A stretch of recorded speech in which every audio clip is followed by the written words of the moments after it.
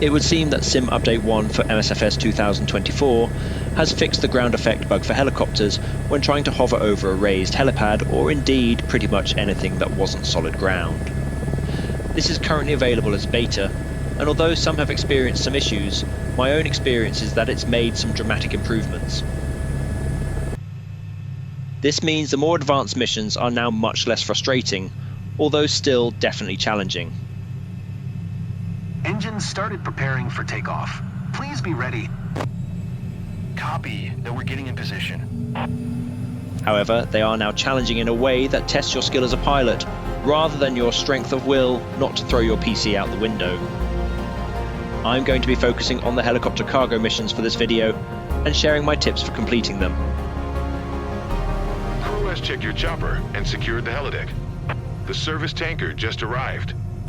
We need to hook and bring a genset to the drop zone indicated on your map. For this mission, we are picking up some cargo from an oil rig and transporting it to a tanker.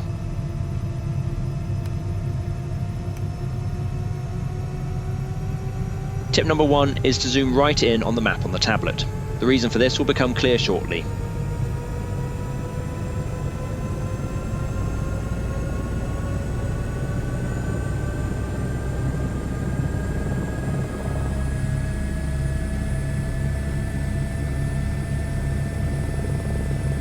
Once all the dialogue is finished and the RPM has stabilised, we're ready to go.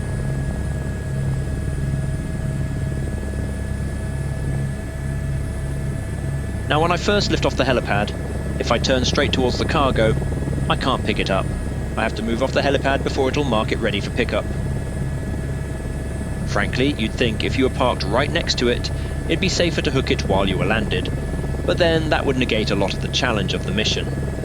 But if it's your first time trying this kind of mission, you'll wish you could just hook while landed. Once the blue circle appears, you're cleared for pickup. This is where things get tricky. None of the helicopters I've flown in this sim appear to have a low speed gauge, and you get very little direction from the crew on the ground. You may find hovering above the ground fairly simple, but here you need to be around 30 feet above the target, which massively changes your perspective. When you're over the target, you generally can't see it, and the mirrors do nothing. This brings us to tip number 2, reference points. You need to find reference points to focus on. In this case, I'm using the top of the grey wall going around the tower in front of me. This is also why we zoomed our map in all the way, because it will show your relative position to the target zone. However, you need to be careful not to focus on it, or you risk losing track of things like altitude and pitch and bank angles. You know, those little things that keep you in the air. So watch it in your peripheral vision, but keep your focus outside the helicopter. And once you're in the zone, you need to hold it for a full 7 seconds, which the first time you try it will feel like around an hour. Once you're hooked, you want to lift the load straight up to begin with to minimize the risk of hitting anything nearby. You'll find the ascent slows suddenly once the slack is taken up. Continue your climb for a bit, but start to transition into flight to stabilize it and move away from all the obstacles. Once you're in stable flight, you can relax a little and start to prepare yourself mentally for the next challenge ahead. But first I want to show how this works in DCS. I'm flying the Mi-8 in DCS doing an instant action sling mission. Now, I've not played DCS for a while, so my skills in this helicopter are a little rusty. In case you're not familiar with DCS or Digital Combat Simulator, it's another popular flight simulator focused primarily on air-based combat, but it also has some good helicopter simulation.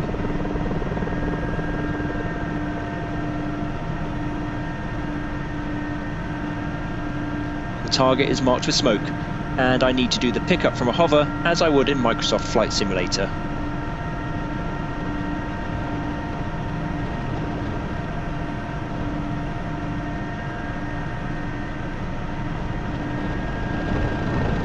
As I said, I'm a little rusty, and this helicopter is quite susceptible to VRS.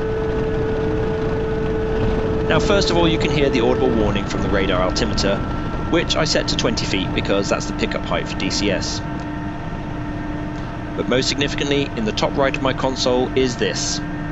This is the low speed gauge, and it is not unique to this aircraft. I honestly can't think why it wouldn't be used by any helicopter having to perform these types of operations. It may be a little blurry, but it basically helps me see how much inertia I have forwards and backwards, as well as left and right, which lets me know whether or not I'm in a static hover. Forward 30.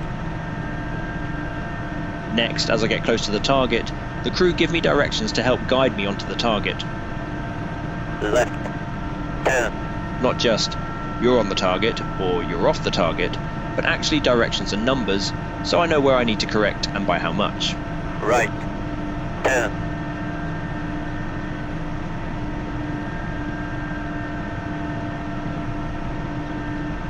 In position. You are hooked.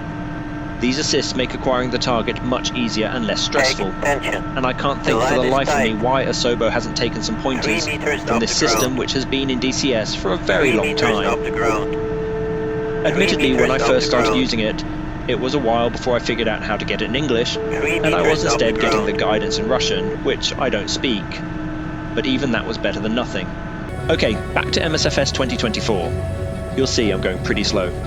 This is tip number 3, and I do it for a number of reasons. One, it's only a short distance. By the time I got up to speed, I'd need to slow down again, and that would just make the load swing more. Unlike in MSFS 2020, where the load was apparently connected by a steel rod that never moved, and the load itself didn't appear to weigh anything. In 2024 it does swing, and you can definitely feel the weight of it. 2. Stability. The faster I go, the more the load is likely to swing. The swinging load does pull the helicopter around and could make you lose control completely. 3. Cable stress. I've not tried it in MSFS, but I know in DCS if you go too fast, the cable can break. 4. Consistency is key. Big changes in speed will change the flight dynamics of the aircraft. If I don't speed up too much, then I don't need to think about the power management as much to slow down, which overall reduces my workload and frees up my brain for getting the load onto the target. I'm really fond of this bird. But going back to the mission It's a itself, real beauty. it's important to get close to the You'll see approach Robbie marker will take in order great to care trigger of the you. request to drop off. Yeah, I gave Sometimes this everything, marker is but off to one sometimes side, it's like and it's missing an it old skips friend. over the request step, I'm sure which may you affect feel your the score same at the way, end. Captain. Gauge awful Of course, when the crew does choose to say something, they're usually talking over mission communications that you actually want to hear. Now, there are 2 variants of the all-rig missions. There's this one where you pick up from the rig and drop onto the tanker, then fly back, and the reverse where you fly out to the tanker to pick up and bring the load back to drop off at the rig. Personally, I find this version more challenging, and the reason is basically that the tanker has a shorter mast than the rig. Being out at sea, there's not a lot of reference points to choose from. The difficulty with the tanker is if you can see the mast, you're probably too low, and if you can't see the mast, you've got no reference point to guide you. I like to approach from the front of the ship, as it means I can line myself up with the mast on my approach. If you do get too close, they'll let you know.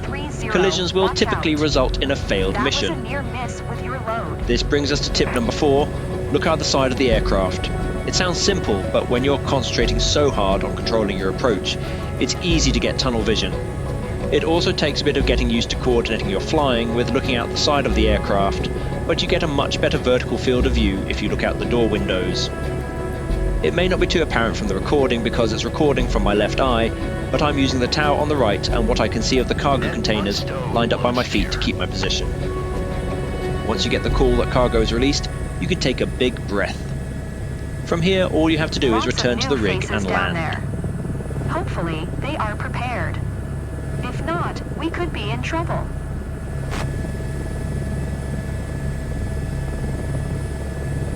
If your edition of MSFS 2024 includes the Blackbird Simulation CH-47 Chinook, then this can also be used for cargo missions.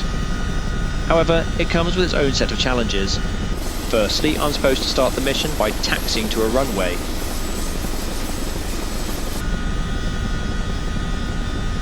I'm on an oil rig in the middle of an ocean. Where exactly am I supposed to taxi to?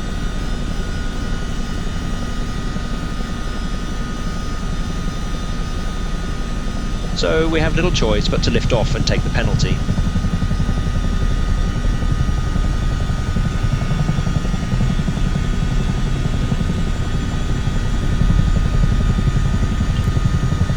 Tonka 4 and 75830, leaving Hollyport with 2 packs. Reaching pickup zone in approximate 30 seconds.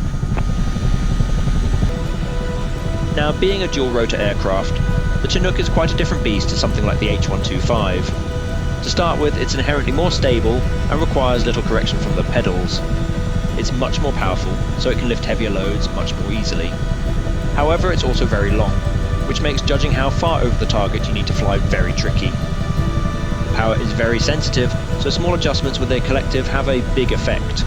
And it's very heavy, so it carries a lot of inertia, which means it's very easy to overcorrect, so it's still difficult to get into a static hover over the target, despite its superior stability. And the tablet's mounted position is on the centre pedestal to your left, so not in your normal field of view.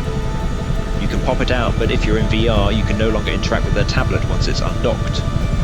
For these reasons, I tend to opt for the H-125, despite my love for this particular aircraft.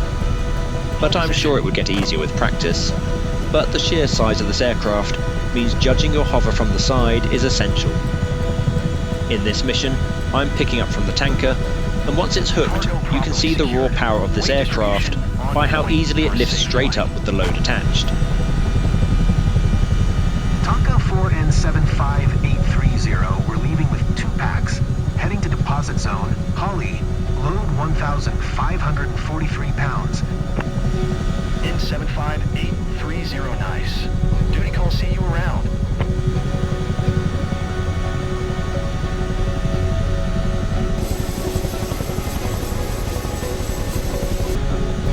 But if you're hoping to use the tall tower of the rig to guide you down from in front of you, prepare yourself for badness.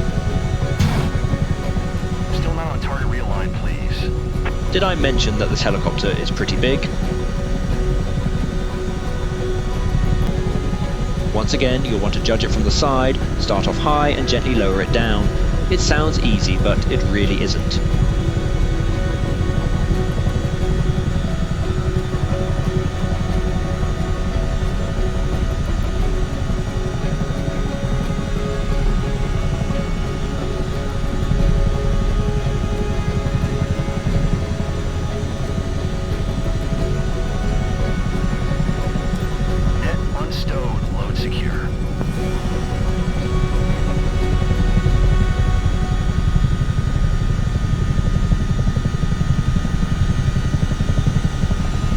And be sure to leave yourself space to land.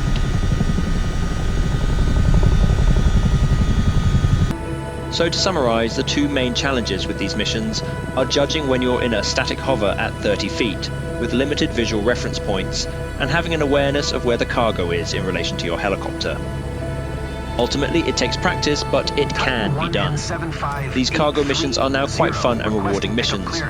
They are definitely challenging and will put your piloting skills to the test, but they are no longer plagued with the quirky physics that sucked all the fun out of them before. Try to have fun with them, and if you're not having fun with them, fly some other missions for a while. Remember, this is meant to be an enjoyable experience, not a real job. So my final tip is, if it's not working for you and it's stressing you out, take a break. And that's one that I think works for life in general. So to reiterate or just list them out for people who have skipped straight to the end, the tips are: 1. Zoom your tablet to max magnification so you can see the target area. 2. Pick static reference points where you can to help coordinate your position when hovering. 3. Slow and steady stops you getting deady. Okay, it's not the best one-liner in the world, but it makes the point. 4. Look out the side of the helicopter when picking up or dropping off cargo. You get a much better vertical field of view and will be easier to keep track of those reference points. 5. Take a break.